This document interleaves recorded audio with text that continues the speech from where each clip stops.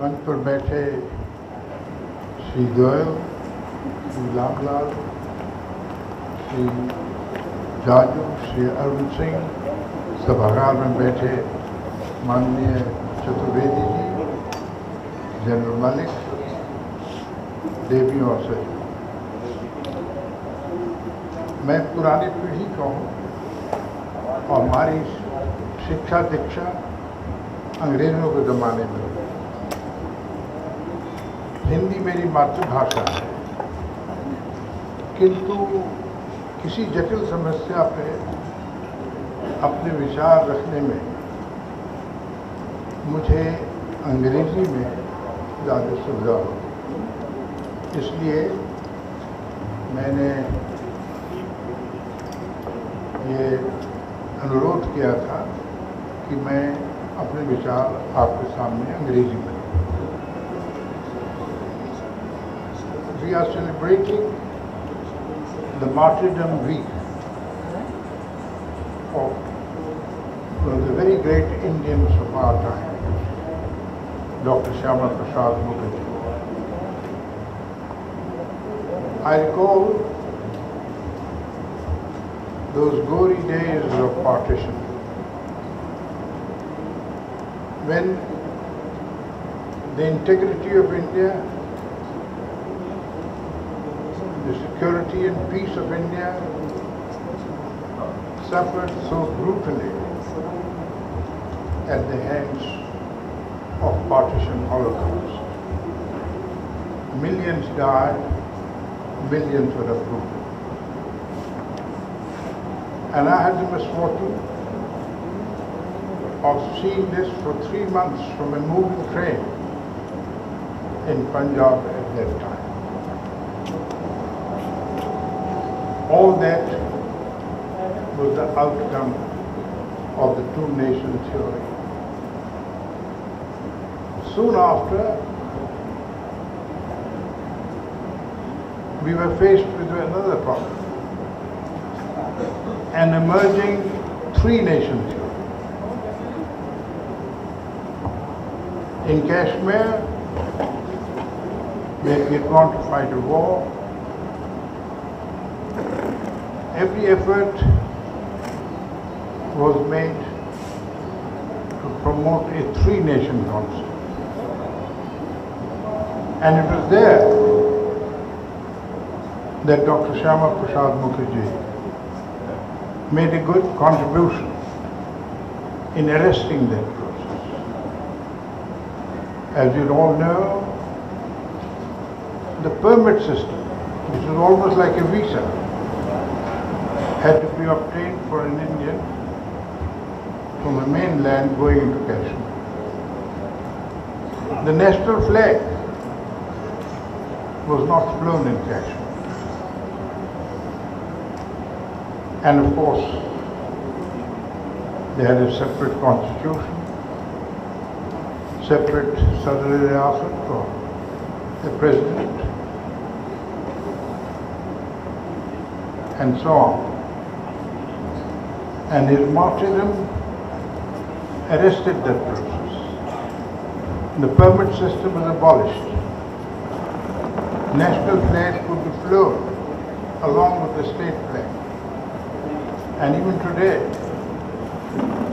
Kashmir is the only state where both flags have been flown together. And what is more, certain other amendments were brought in as a result of his martyrdom.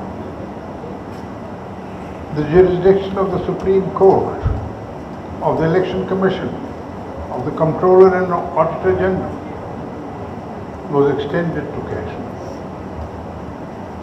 All India services like IPS and IAS were now being deputed to serve in Kashmir. Of course, Article 370, which was initially a temporary provision in our constitution, for political reasons continues to be retained. Today, I'd like to share my views with you on the threats to the identity and security of our nation, which is the subject on which I've been asked to speak. Well, in specific terms, there are three major threats which I'd like to touch upon. The first is Pakistan. Second is China. It's not in any order of priority.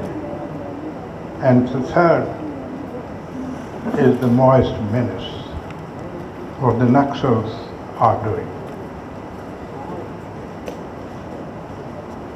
So far as Pakistan is concerned, I shall begin by saying that the origin and history of Pakistan is one of relentless hostility towards India, which is now seen in the intense hate India attitude developed by that country.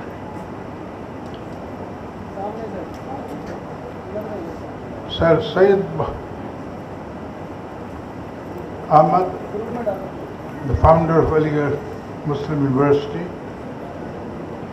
on 16th March 1888 had said something very pertinent. He had said that Hindus and Muslims are two nations. They cannot sit on the same throne and rule. One of them has to rule. And implying that Muslims should rule over India, he had said that our co-religionists and friends in the mountain valleys will descend like a swarm of locusts, converting the area from the frontier to Bengal into a river of blood. That was 1888. Mr. Jinnah was very disappointed in what he got, a moth-eaten Pakistan. He was playing for bigger stakes. But undeterred, he thought he will prove Sir Syed Ahmad's views by unleashing a locust of Pathans into Kashmir on 22nd October 1947. Had better sense prevailed on him and his generals, he should have delayed this operation by 7 days. If we had done it on 29th of October, the story would have been entirely different. The Kashmir Valley would have got isolated from the rest of India because of snow. There was only a grass airfield at Srinagar in those days, and there was no tunnel in Malia. He did us a favor by starting his operation on the 22nd of October. We were taken totally by surprise. And against all odds, we miraculously rescued the Kashmir Valley. The window of opportunity was 15 days, and I was personally associated with that operation. We flew in 800 civilian Dakota sorties from Lt.Gen airport to the grass airfield at Sinha. On the first day when we landed on 27th October, our total strength at the airport was only 300 soldiers, and the enemy was 10,000 strong in Baramulla. But we built up our strength and drove the enemy out of the belt. And thereafter, series of blunders followed. We moved from one folly to another, promising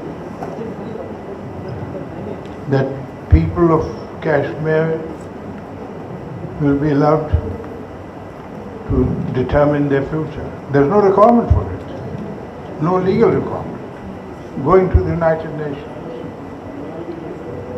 stopping the army on 14 November at Uri. Otherwise, Muzaffarabad should have been with us in November 47, and so on. Now all that is past. What is the present? And before I talk about the present, let me remind you of a very painful fact of our history. From 999 AD,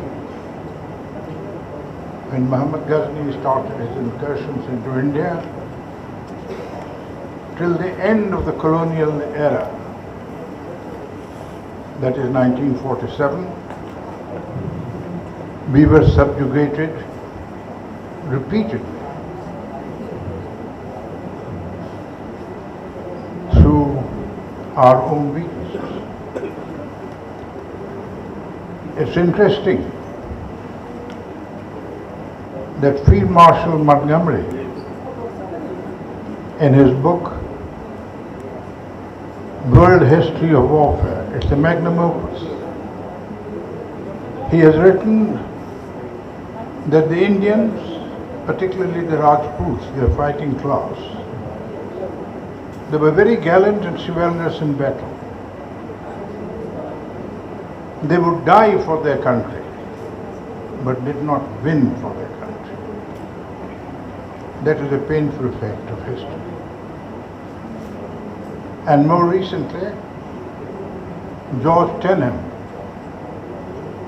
an US expert on strategy, has said that Indians lack a sense of a strategy.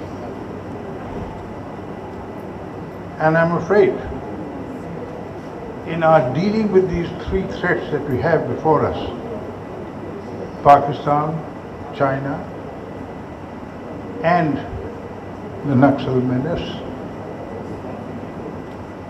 we have perhaps conformed to the weakness that has been pointed out to us by outsiders. Now let us take the case of Pakistan. Kashmir has been the major irritant. But in the last 66 years, I can say this from personal knowledge and experience, that we have really had no policy on Kashmir other than just parroting Kashmir is an integral part of India. We have no road map on how to solve the problem. And as I said, we continue from one folly to another, scoring repeated self-goals. Now, generally our relations with Pakistan. Psychologically, Pakistanis felt, I have been feeling, that they are descendants of the Central Asian conquerors who came to India and subdued India for over 700 years. They forgot that they are virtually descendants of the indigenous people of India. They are of the same stock as we in India. The sense of martial superiority got a jolt in Kashmir, received a setback in 1965 and was shattered in 1971. Yet their hostility towards India continued unabated, if not got accelerated. Ziaul Haq started the strategy of 1,000 cuts to bleed India to death, whether in Kashmir or the rest of the country. That is still their strategy.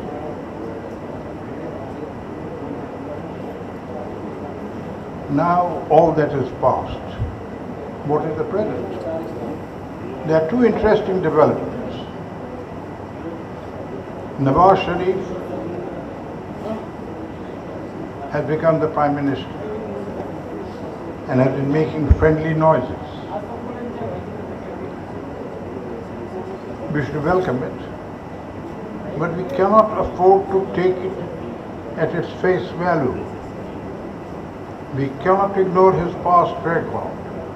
We cannot ignore the fact that even now his brother has given a huge grant to the master terrorist Hafiz Muhammad Saeed. So we have to watch before relaxing. We must not lower our guard. The other development is the situation in Afghanistan. The Americans are supposed to quit next year. They are looking for an honorable exit. How do we face this challenge? We have made a lot of investments in Afghanistan.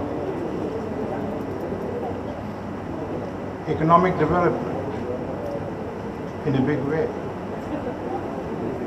We must continue with that to gain their goodwill.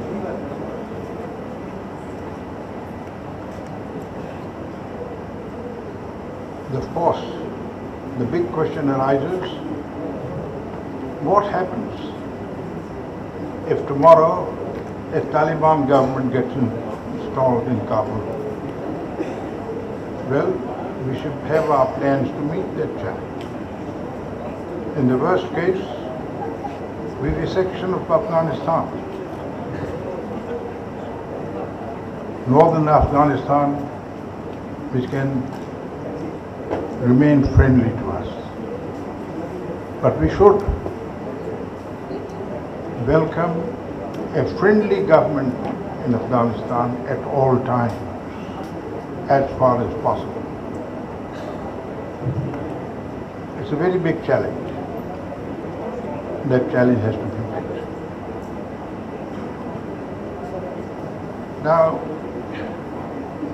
talking of Afghanistan, my memory goes back to 1948, January. I was an operations staff officer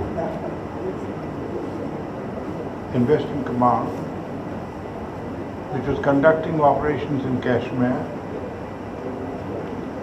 and was also responsible for the defense of Punjab and northern Rajasthan. We were asked to prepare a plans for the defense of India. I did a lot of work on it. There are other seniors and colleagues who helped. but it was a headquarters mostly of British officers at that time. The commander was a British general. I have been a student of military history. I worked on what Napoleon had once said, and also what Chanakya had written in his Arthashastra. Napoleon had said that no war can be won by defensive action alone. Wars are won by offensive action. A person who likes to be strong everywhere and hopes to win the war through defensive action will ultimately find himself strong nowhere. So when we defend India or Punjab against Pakistan, we should keep that in mind. And what had Chanakya said? Chanakya had said that your enemy's enemy is a friend. In 48, Afghanistan and Pakistan had inimical relationship. Durand Line was not acceptable to Afghanistan, which had been imposed by the British. We had a very friendly leader in Afghanistan at that time, Khan Abdul Ghaffar Khan. So,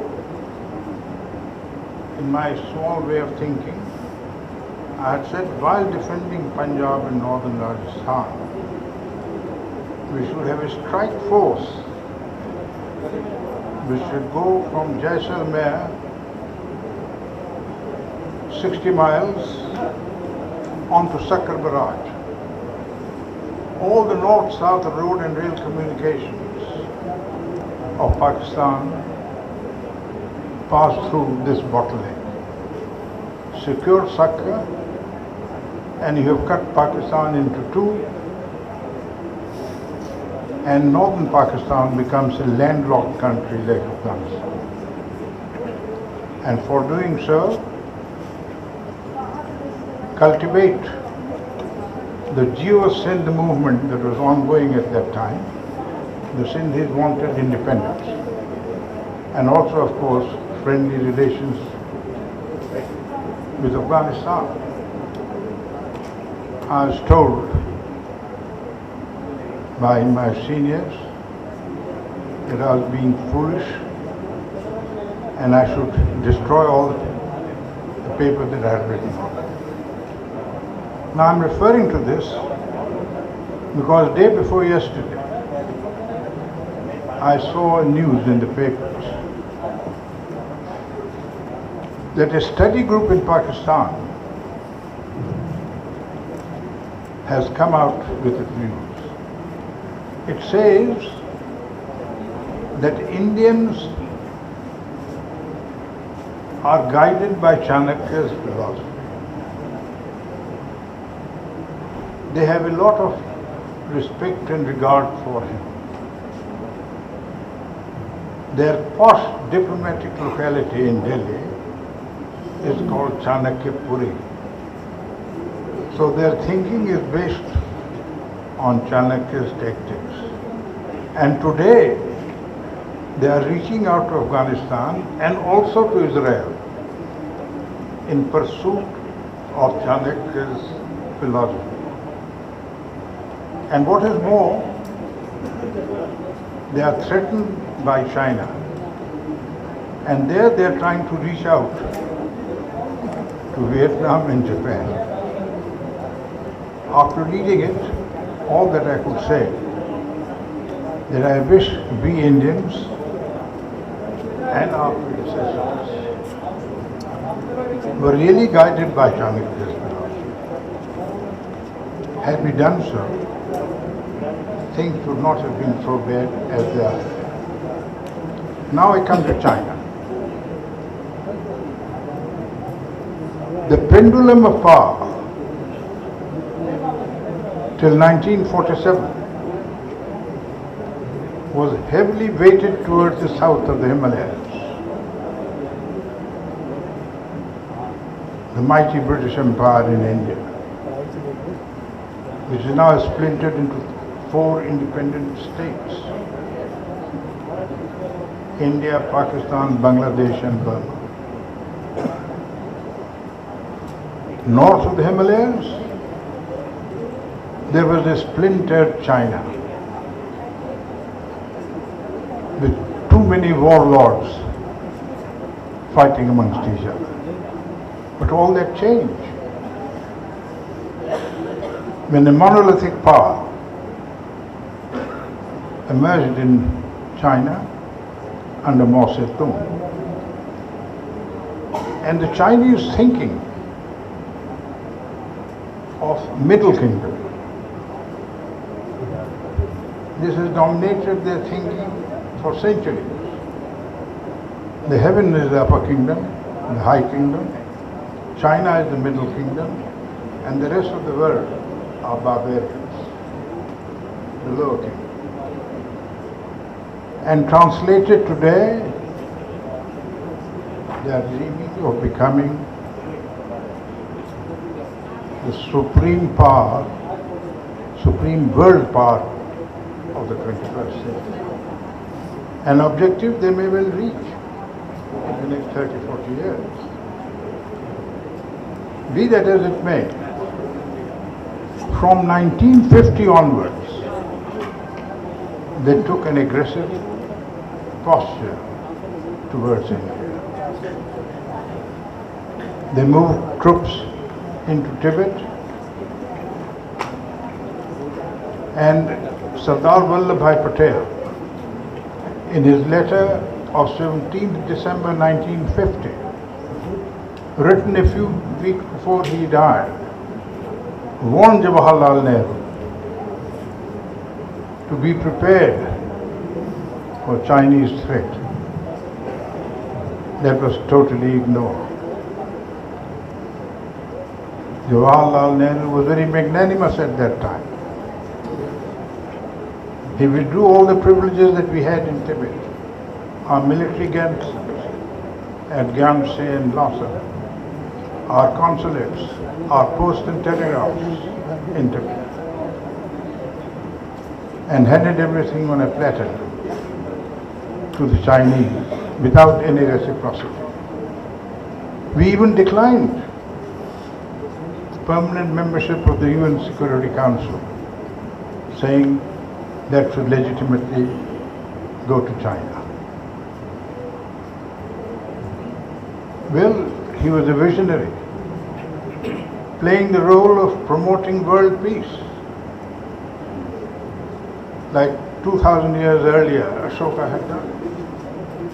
But he forgot one thing. Ashoka promoted world peace from a position of military strength. He had almost 1 million standing army. The figure was 750,000,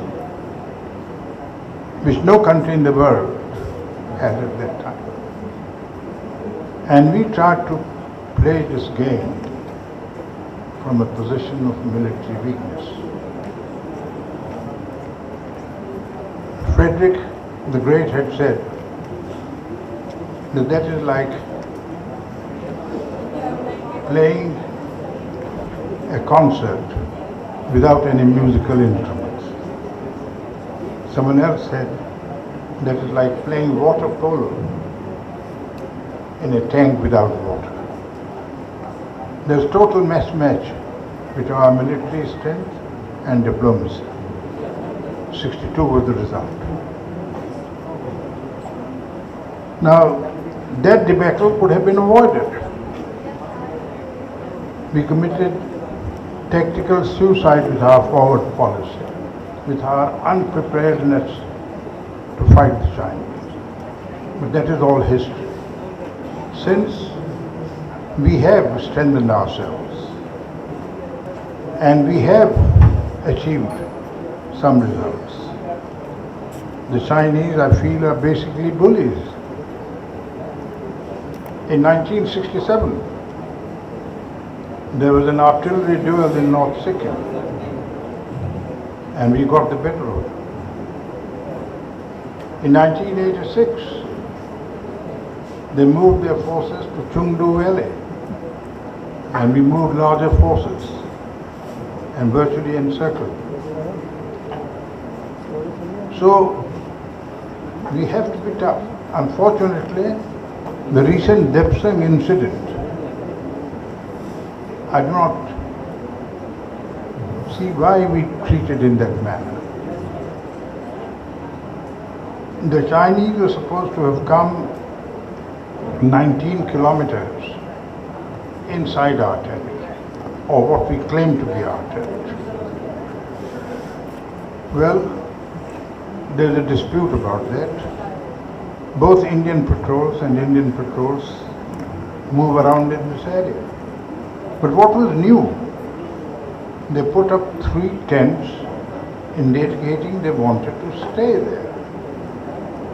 And this face-off continued for 19 days. We responded, we also went there. And at the end of it, both sides withdrew. They are far ahead of us militarily. We have also improved our position, but our efforts have been very sluggish. We do not have to enter into an arms race with China, but we must have sufficient strength to deter military adventurism.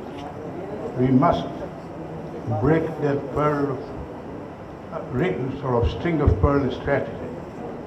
Reach out to Charbahar on the west to neutralize Gauda port, which China is developing in Pakistan. Reach out to Japan, reach out to Vietnam. Now lastly, I'll touch on the Naxal menace. For the last 6-7 years, the Prime Minister has rightly been saying that Naxal menace is the biggest threat to our national strategy, to the integrity of our country. But we seem to have done precious little about it. I want to emphasize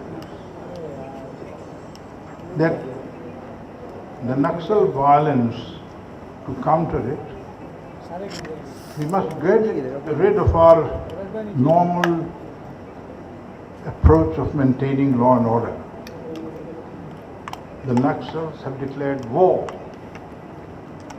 on the Indian state, on the Indian constitution, and on Indian democracy. It has to be tackled like a war. Interestingly, I'll just give you certain data.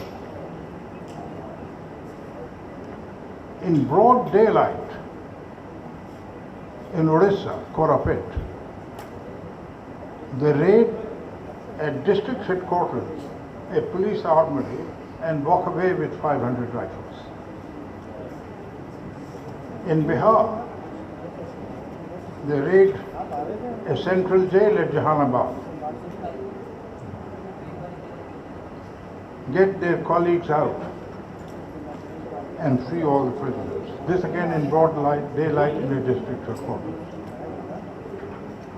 And most recently, you must have read about firing on a railway train in Jammu.